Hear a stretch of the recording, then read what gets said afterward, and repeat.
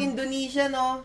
Indonesian, pero sinasabi, thank you bro, good luck ISF-M4. Tapos ikaw, Pinoy ka, putang ina mo. Sasabihin mo, sana matalo sa ISF. Nakatanggap ng malutong-lutong na mura ang isang Pinoy na basher ng Blacklist International mula mismo kay Wise, at ito nga ay matapos itong magkomento na sana ay matalo sa IESF ang Blacklist. Ito rin yung parati kong nababasa sa aking mga video kapag napag-uusapan natin yung team na Blacklist na kesyo masyado daw akong tiwala sa Blacklist o kesyo masyado kong iangat ang Blacklist. Malamang kabatang hindi lang ito usaping Blacklist kundi dala nila ang pangalan ng Pilipinas sa IESF, at kung ida-down ko sila sa mga video ko, sa tingin mo makakatulong ba sa kanila yon? At para sabihin ko sa iyo kung ang koponan na TNC, NXPE, Bren o kahit anuman yan basta PH team na nagrepresent sa Pinas Matic, susuportahan natin yan. Pero dahil nandito ko na rin naman sa aking channel, baka pwede kang mag-send ng pampainit dyan sa subscribe button kung okay lang naman. Unang-una, hindi na nga nakapagpigil si Wise na sagutin ng isang basher sa kanyang live matapos nga nitong mabasa ang sinabi ng taong ito. Pero bago pa man mabasa ni Wise ang komento ng kapwa natin Pilipino, ay una na niyang nabasa ang komento ng isang Indonesian na fan nitong Blacklist, na kung saan sinabi nitong good luck sa laban nila sa IESF, na syempre nakakatuwang mabasa na kahit ibang mga lahi ay sumusuporta sa ating pambato.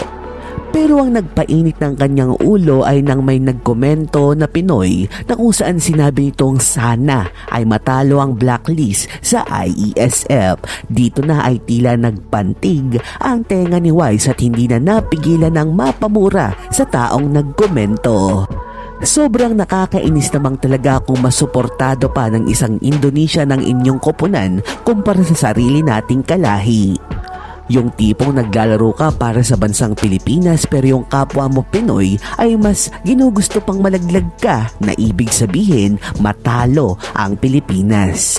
May mga nababasa pa ako na bakit di umano daw kasi Blacklist na naman ang magre-represent o nagre-represent ng Pinas samantalang marami namang teams ang siyang mas malalakas pa di umano sa Blacklist.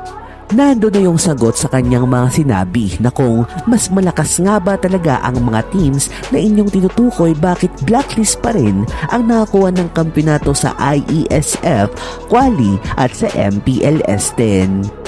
Hindi na yata matatapos talaga ang mga ganitong klase ng mindset ng ilan nating mga kababayan, na kung saan malamang yung taong mahilig magsabi ng negatibo sa mga pro players ay sila tong madalas umaasa lamang rin sa mga magulang o hindi naman kaya tambay na maraming oras para pumuna at magbato ng mga negatibo. Kasunod nito, puntahan naman natin yung post ng IESPL.id na kung saan ito ay mula sa kanilang Instagram, na kung saan ating makikita yung M4 Jungler tier list.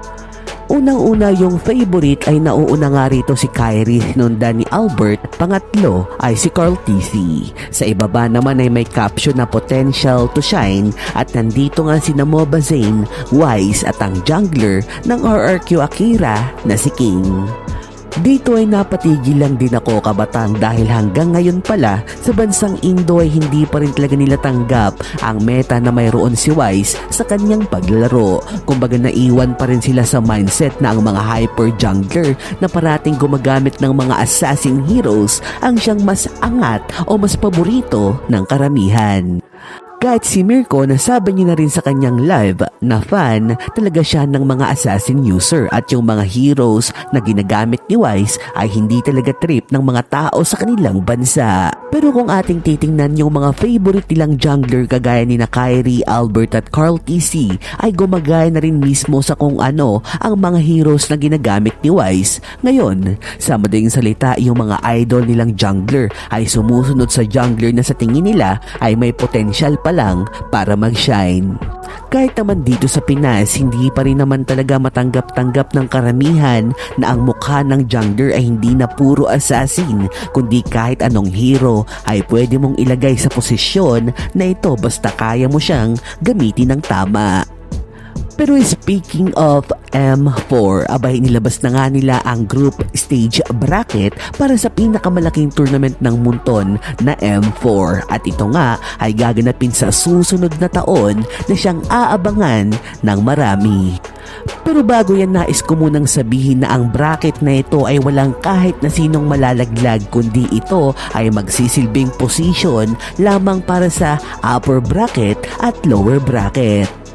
Unang-una sa Group A, nandito yung Blacklist na kung saan grabe ang team na ito dahil matapos nga silang magdaro sa IESF ay bubungad na nga agad sa kanila ang M4.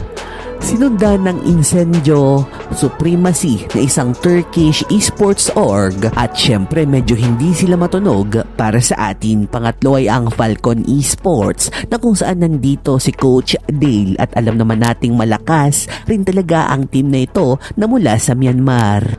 At ang pang-apat ay ang Burn X Flash na hindi na bago sa atin dahil nandito nga sina Hessa at Coach Zico. At sa Group A, para sa aking prediksyon ng makakakuha ng upper bracket sa apat na kuponan na ito ay ang Blacklist at ang Falcon Esports.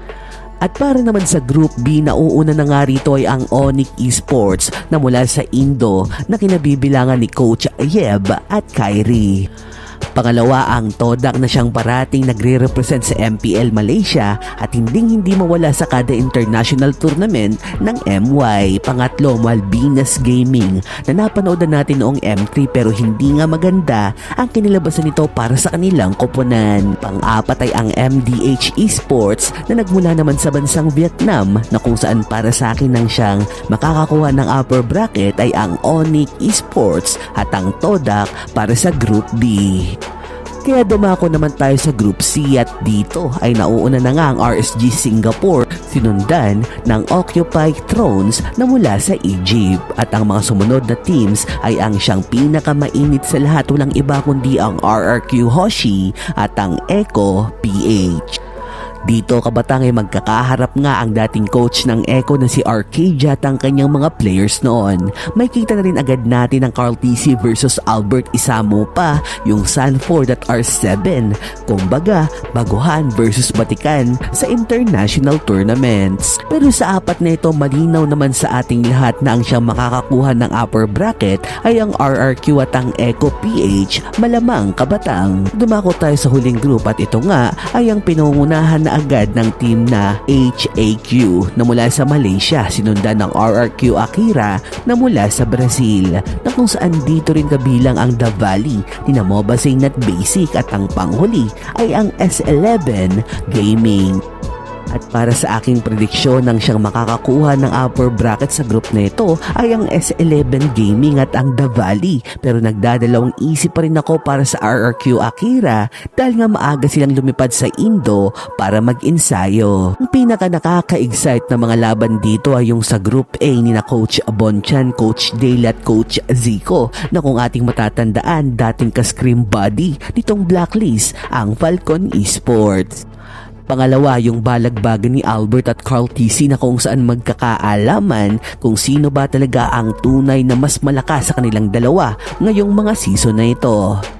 At syempre yung pagpasok muli ni Basic sa international tournament at sa pagkakataong ito, mapatunayan na kaya niya ang kanyang sarili sa lahat ng mga tao ngayon.